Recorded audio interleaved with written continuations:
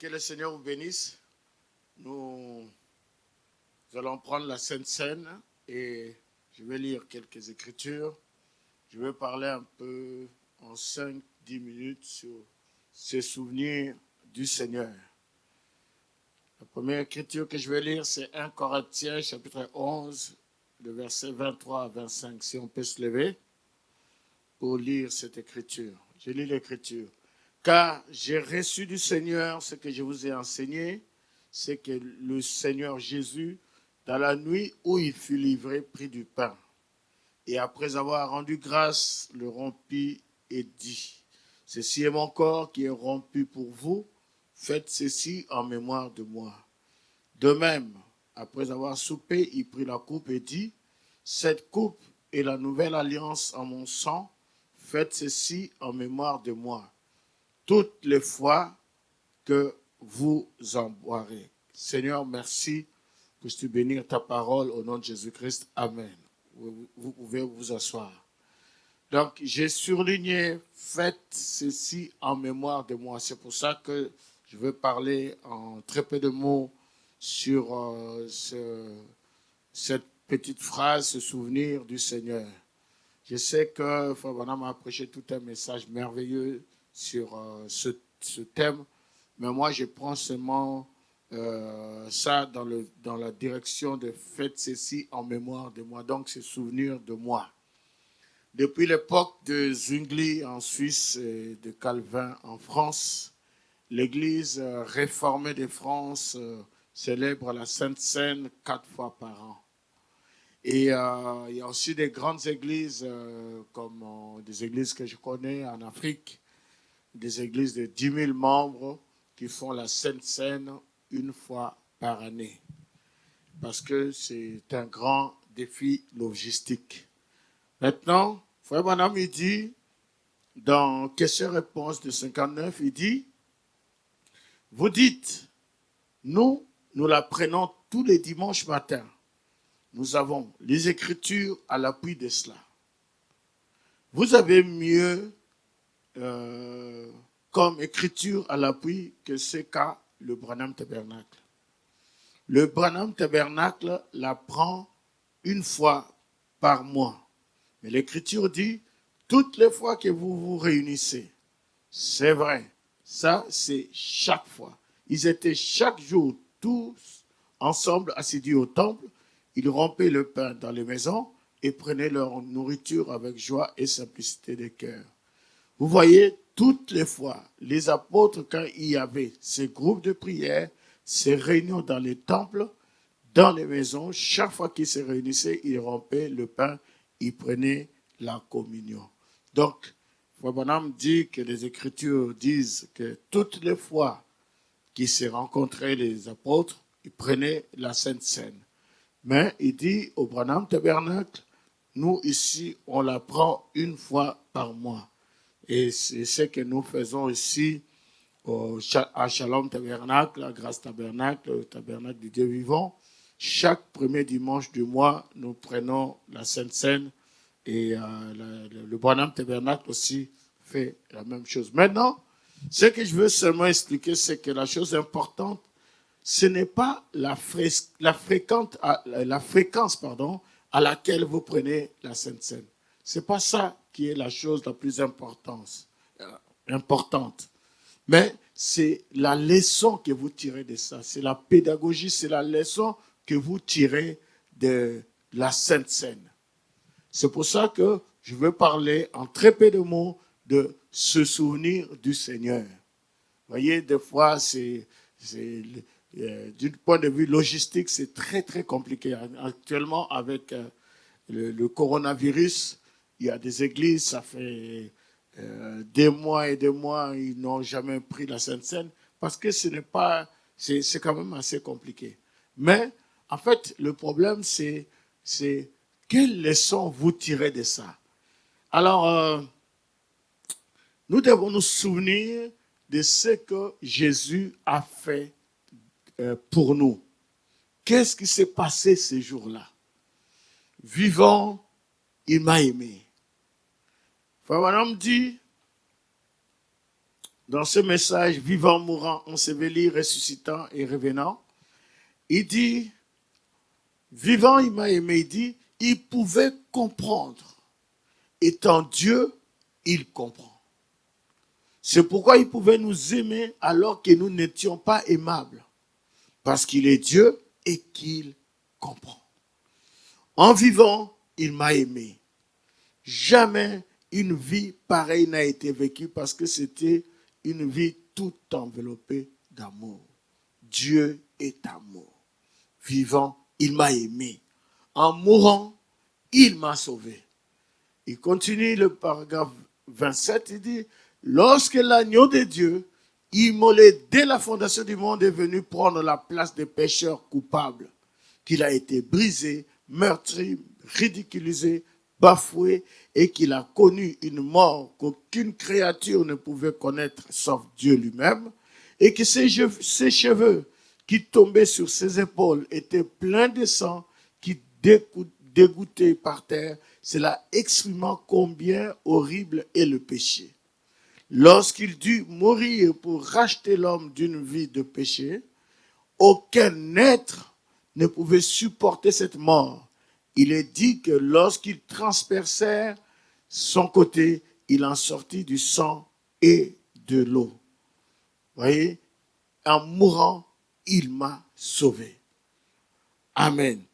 Enseveli, il emporta mes péchés au loin.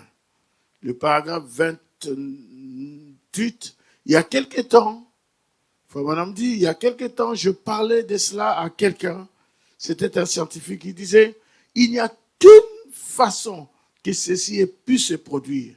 Ce n'est pas à cause de la lance romaine qu'il est mort, et non plus à cause de la perte de sang, parce qu'il y avait encore du sang dans son corps.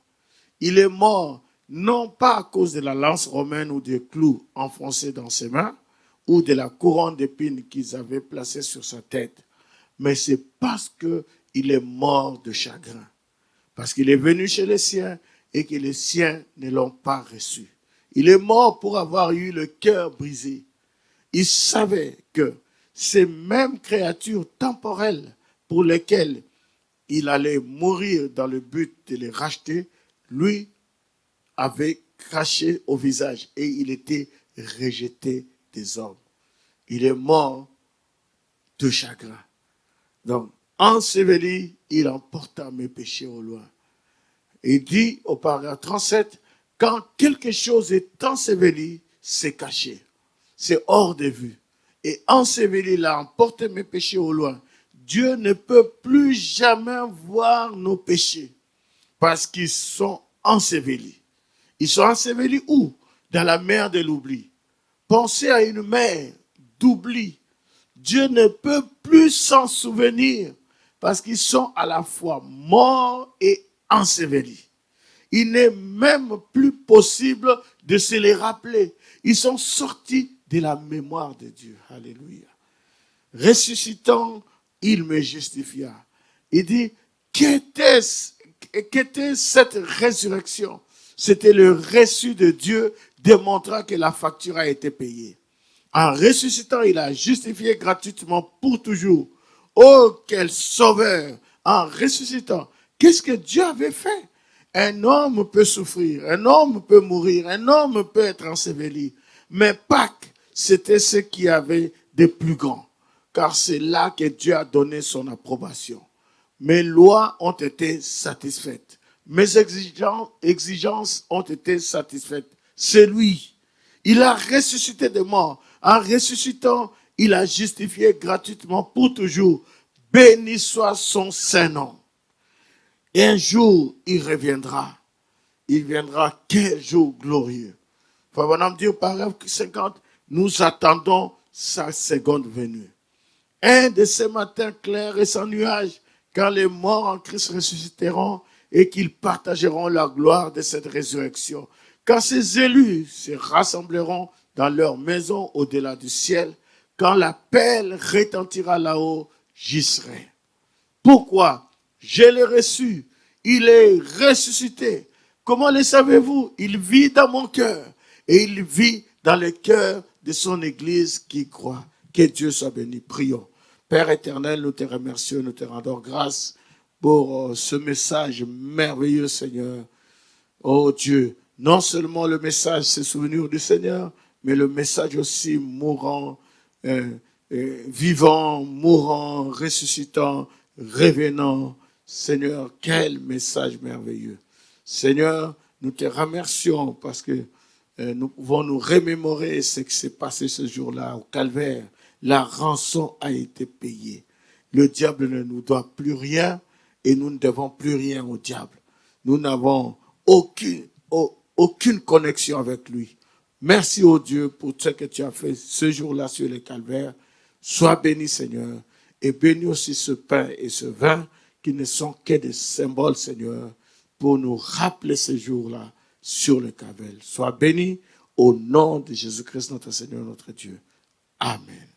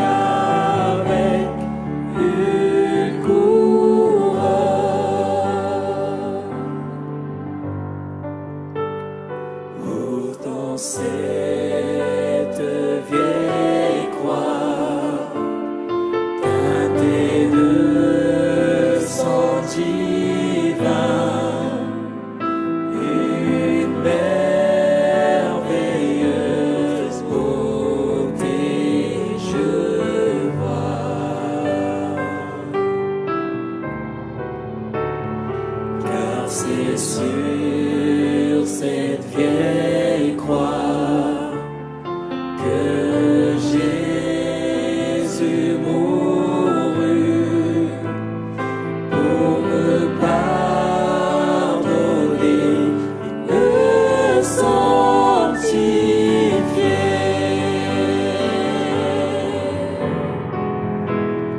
Ainsi j'aimerais cette vieille croix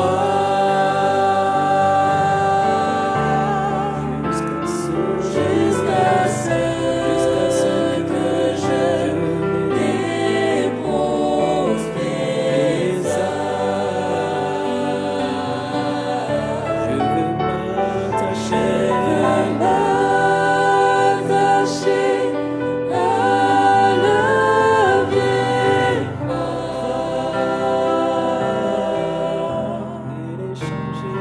et les changer avec une couronne.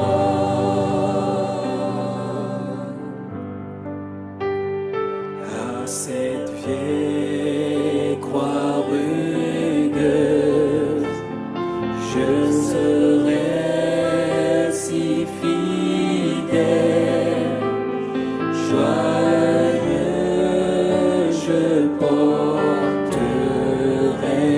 sa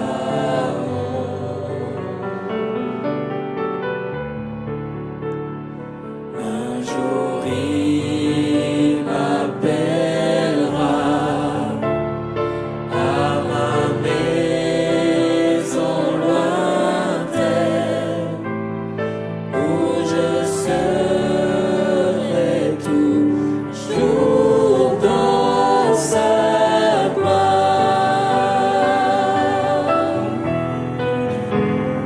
Ainsi j'aimerais cette vieille croix jusqu'à ce que je dépose mes âmes.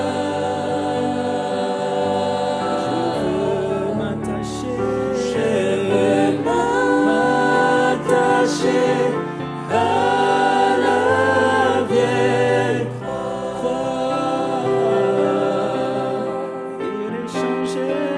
et les changer avec une couronne.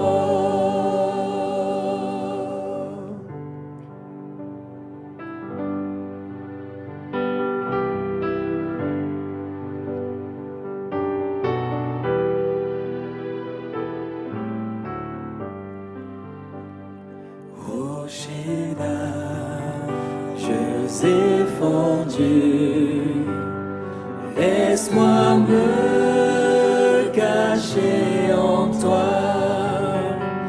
Laisse l'eau avec le sang qui coulèrent de ses plaies être un double remède, sauver,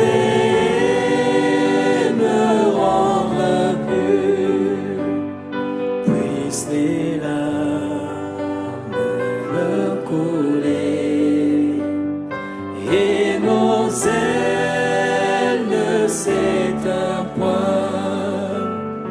Rien ne puisse me purifier.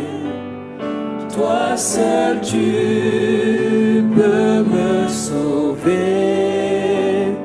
Dans ma main rien n'est porté.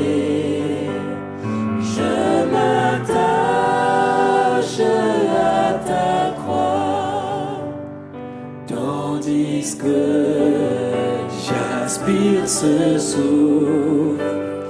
Quand mes yeux se fermeront et quand je me lèverai, je te verrai sur sur ton trône, rocher d'âges effondus, laisse-moi me cacher en quand je me et quand je me lèverai, je te verrai, Seigneur, verrai sur ton trône, rocher d'âges effondus, laisse-moi me cacher en toi.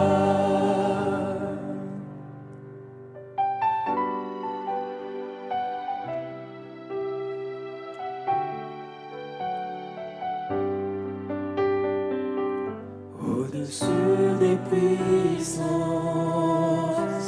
au-dessus des rois, au-dessus de la nature et de la création, au-dessus de tous les plans des hommes sages,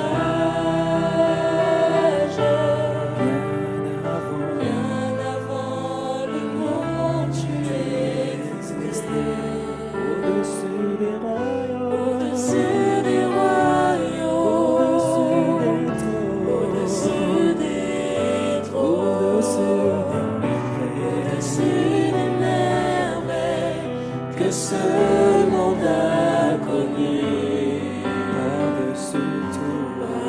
par-dessus tout, les trésors de la terre, rien ne peut mesurer ta valeur.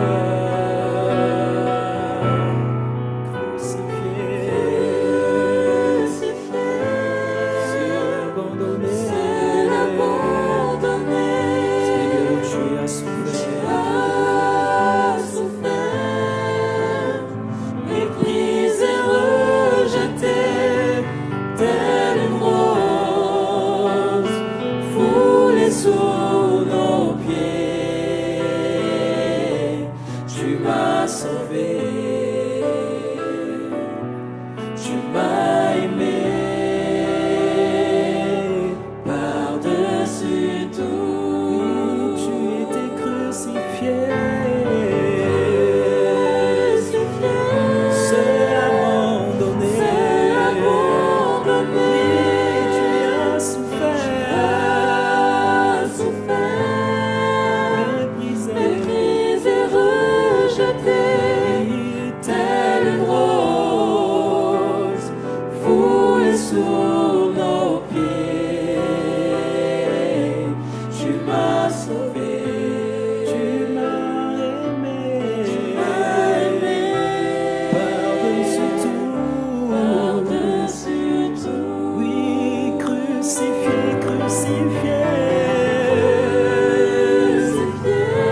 seul abandonné, oui, tu as souffert, méprisé, rejeté, oui, telle une rose, foulée sous nos pieds. Tu m'as sauvé, et tu m'as aimé, par-dessus tout,